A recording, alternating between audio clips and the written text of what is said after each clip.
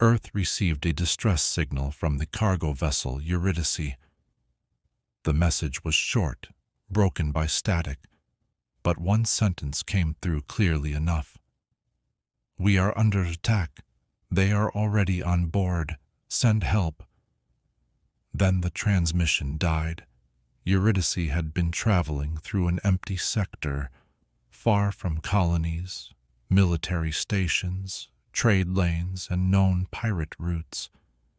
According to every navigation record, there was nothing out there that could have threatened her. That was why Command did not send a civilian rescue ship. They sent Bastion, a military response vessel.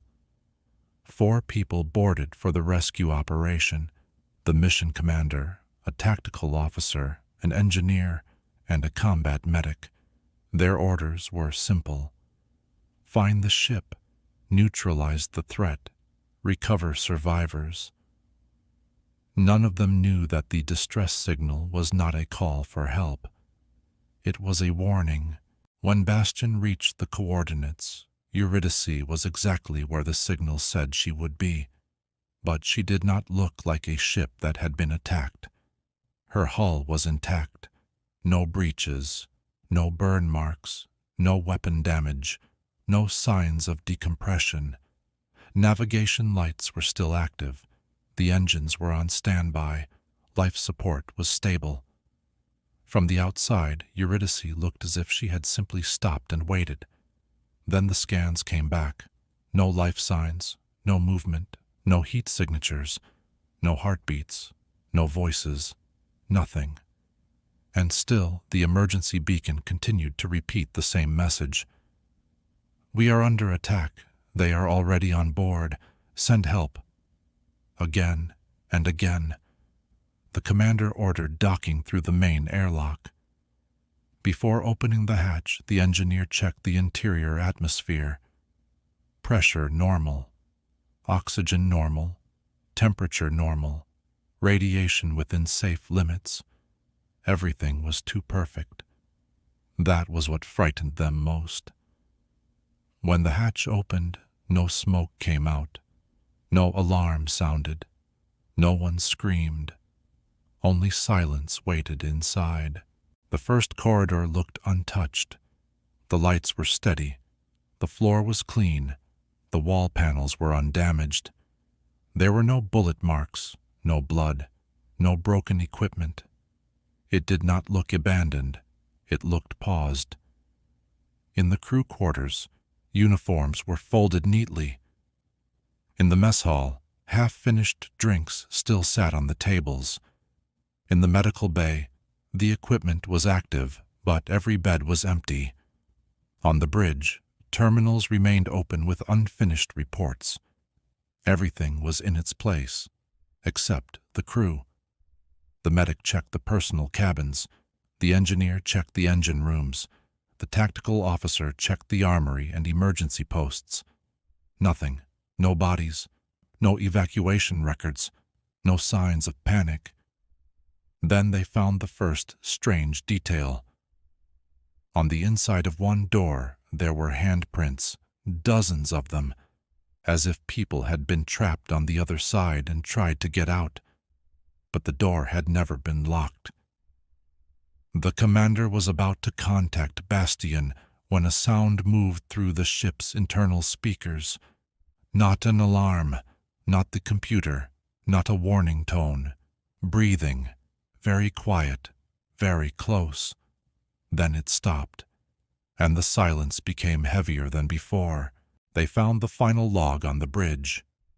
At first it was routine, course stable, systems nominal, crew reports normal. Then Eurydice detected an unknown object drifting near the ship.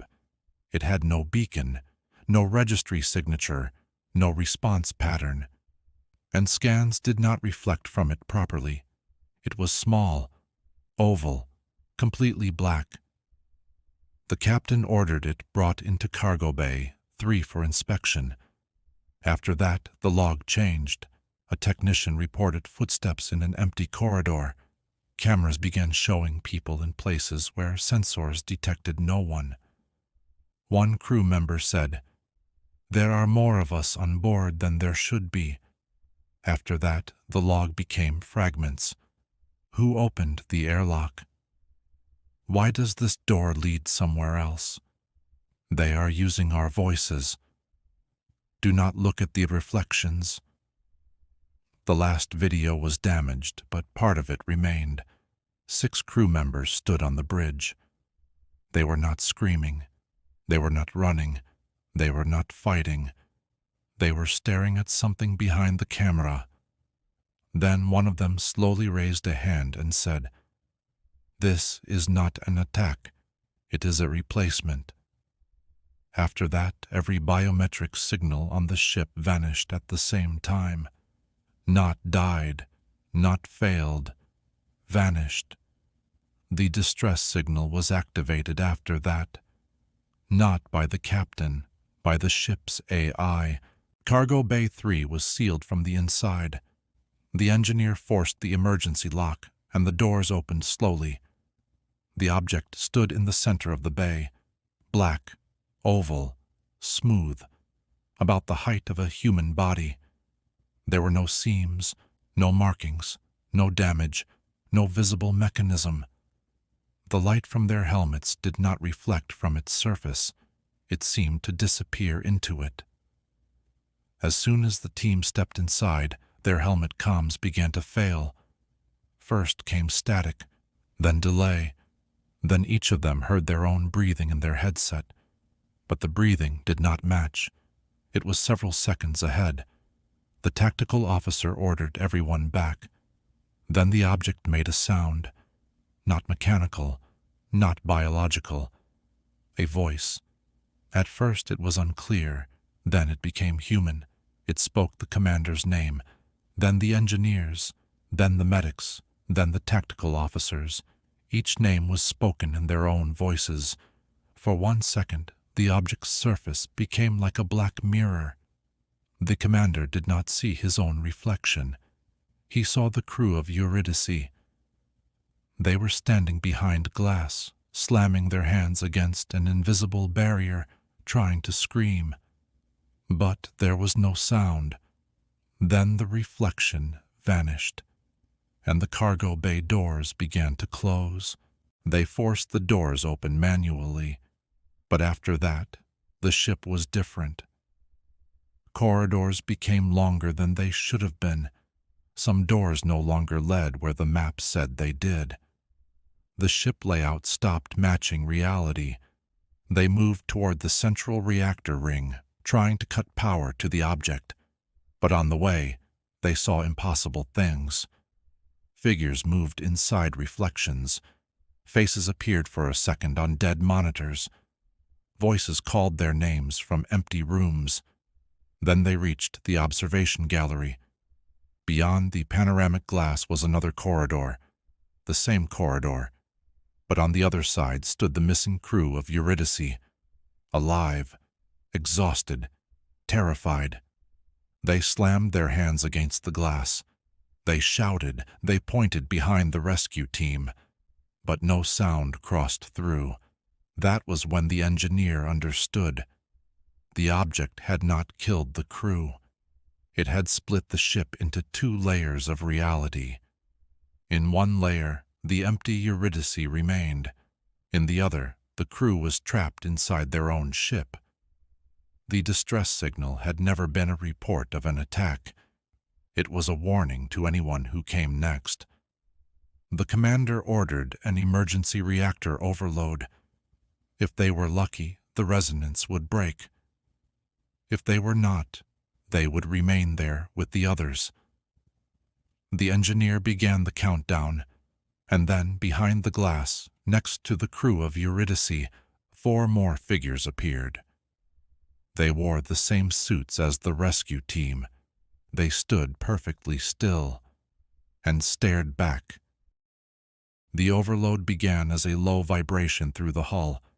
The lights died, then returned, then flickered between 2 states, as if the ship itself no longer knew which reality it belonged to. The object answered. Every speaker on Eurydice activated at once.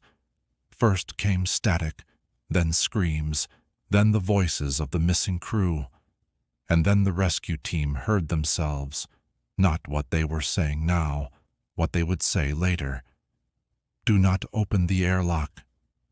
That is not us anymore. Do not accept the docking request. The reactor released its final pulse. For 1 second, everything vanished in white light. When vision returned, the gallery was empty. The crew of Eurydice was gone. The doubles were gone. The object no longer reacted. The commander did not wait for answers. He ordered immediate withdrawal. The rescue team returned to Bastion and detached from Eurydice. The cargo ship remained behind them, whole, silent, perfectly still. Exactly as it had been when they arrived. Minutes later, Bastion began transmitting its report to Earth. The reply came with a delay, too long a delay. Then the ship's AI displayed a new incoming message. Signal source, rescue vessel Bastion. Time of transmission, 6 hours in the future. The commander opened the file and heard his own voice.